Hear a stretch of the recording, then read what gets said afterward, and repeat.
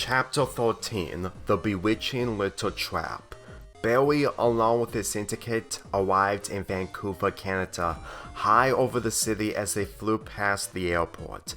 The jet turned after leaving the city, heading to the North Shore Mountains where HQ is located, away where the citizens can't find it. The jet began to descend towards the runway as Barry and his syndicate readied themselves. The jet stopped at the end of the runway next to the HQ with only the streetlights on.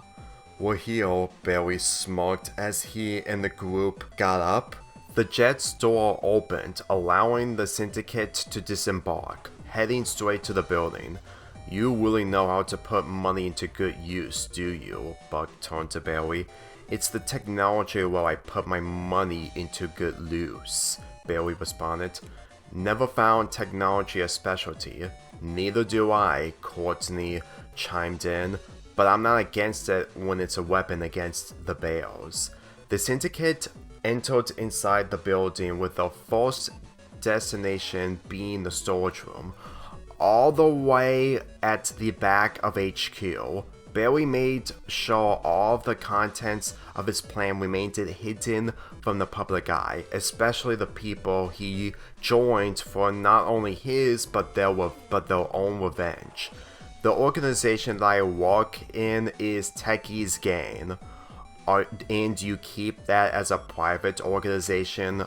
Buck asked. "I wouldn't have all the money I have if it was public." They then came across a door that was wide open. Buck checked inside where people are playing a robot battle game with tons of robots being destroyed. "You really have a sense of aggression." "I would consider my sense of triumphant." Barry turned around. "That is, if triumphant requires aggression," Dave commented. "He's really triumphant when he can overcome the innocents," Norm added. "In this case, I'm looking forward to what tech he has in storage." They made it to the door where everything according to the plan was behind. Barry took out his keys and unlocked it, opening it so the rest of his syndicate could come inside. They witnessed another person waiting for them, chewing gum along with a big black curtain in the end of the room. "We're heading to Toronto tomorrow in the late afternoon on our private jet to put our plan into motion," Barry responded. "So in the meantime, let me give you a warm welcome to our biggest weapon against the panda level." They walked up to the person, who took notice of them the moment they came in. He had long brown hair that stopped on his shoulders. He had a green coat with ripped pants with his knees revealing. He blew a bubble of his gum, popping it in front of the syndicate as he grinned. "How's it going?" "Really devious," Courtney responded as Barry and Dave walked next to him. "This guy is Gabriel," Barry said. "Dave called him just a couple of days ago and he's been here since. It's all part of breaking Panda's heart," Dave added, "since he broke mine." Yes, you established your old love life," Buck rolled his eyes. "I never got married, but never been on an island." "Are you on my side or not?" "I am, so what's the strategy?" "The strategy," Gabriel spoke, "is to show Panda and his girlfriend that I'm more than just a guy, but someone who's just a cool citizen in Toronto who wants to be friends." "Nothing to do with love?" "Oh, there will be love. Just because I'm a weapon of breaking a panda bear's heart doesn't mean I'm stupid." "He's not a fan of anime from what he told me. He is an intellectual of romance." Dave grinned. "Movies, sitcoms, ever since he turned 13. Buck and the others catched on with him being the person that he is." "Did you cheat on your girlfriend?" Buck wondered. "Yes," Gabriel answered. "Did you have remorse of your actions?" "No, I don't." "That explains everything." Better than getting an actual loser, Barry said as he made his way to the poster of Grizz, Panta, and Icebell displayed on the left side of the storage. And I'm sure if we ever get into a roadblock of any kind, we'll make sure we kick them down. He then turned around, crossing his arms. Our main goal of heading to Toronto is to abduct one person of the group, taking him or her here so they can't go back without a friend left behind. That's the issue, Courtney commented while also crossing his arms. We've only met one of their friends, not even half. Capturing Dana, who went to WinterCon, isn't enough, Norm added.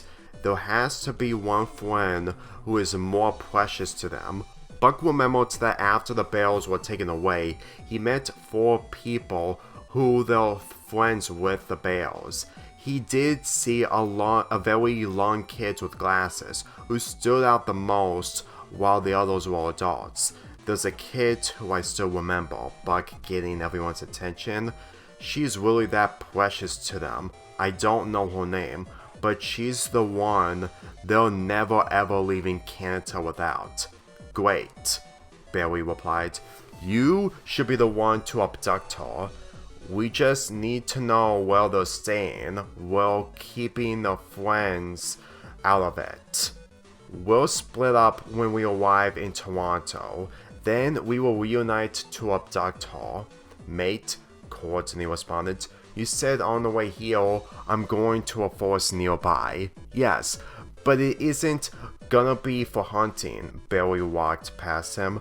You'll get your revenge against them later, because what comes first? He and the group walked up to the black curtain. Will be our greatest trap.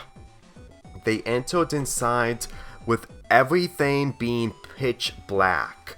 Barry took out his remote in his pocket, pressing a button with one light turning on from the end of the storage room. There was a cage with one bear cub inside. Taking notice of the light turning on but in fear without any freedom, she turned to Barry, who just came up to her. She backed away to the other side of the cage. Buck and the others witnessed the cub itself, as it was almost the same color as Icebell. This little creature will be everything according to plan.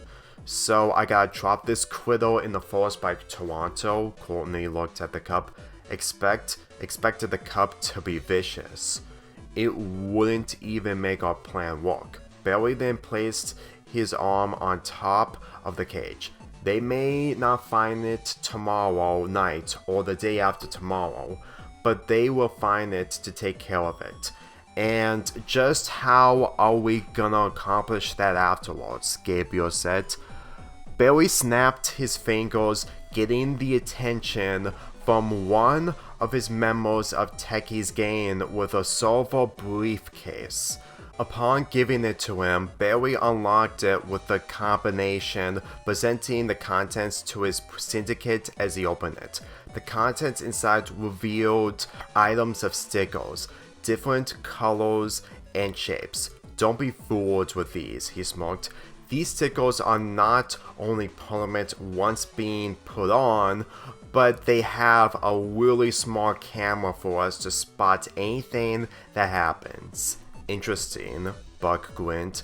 Hard to believe, but I'll take it. The cub's shaking, afraid of what they're gonna do to her. So which one should we pick? I think I found the one that makes her really innocent. Buck picked up the neon blue star sticker while looking at the cup and back to the sticker. This color matches her. I agree with him, Norm commented. Let's put it on her, Dave added. Barry closed the briefcase as he took out his key, unlocking the cage. Upon opening it, Courtney grabbed the cup with his hand, taking her out while holding on to her with both of his hands. A tear came down from the cub's eye, but it didn't stop the syndicate's plan. Buck peeled the end off as he turned to the cub. This won't hurt you at all, he went closer to her, but it'll hurt them more when the time comes. He placed the sticker on her chest, tightly as the cub closed her eyes. Courtney immediately put her back into the cage as Barry locked the cage. They can try everything to get it off. It'll never come off, Barry replied as he took out his phone, reviewing the camera's perspective on the cub's sticker. We'll be watching everything.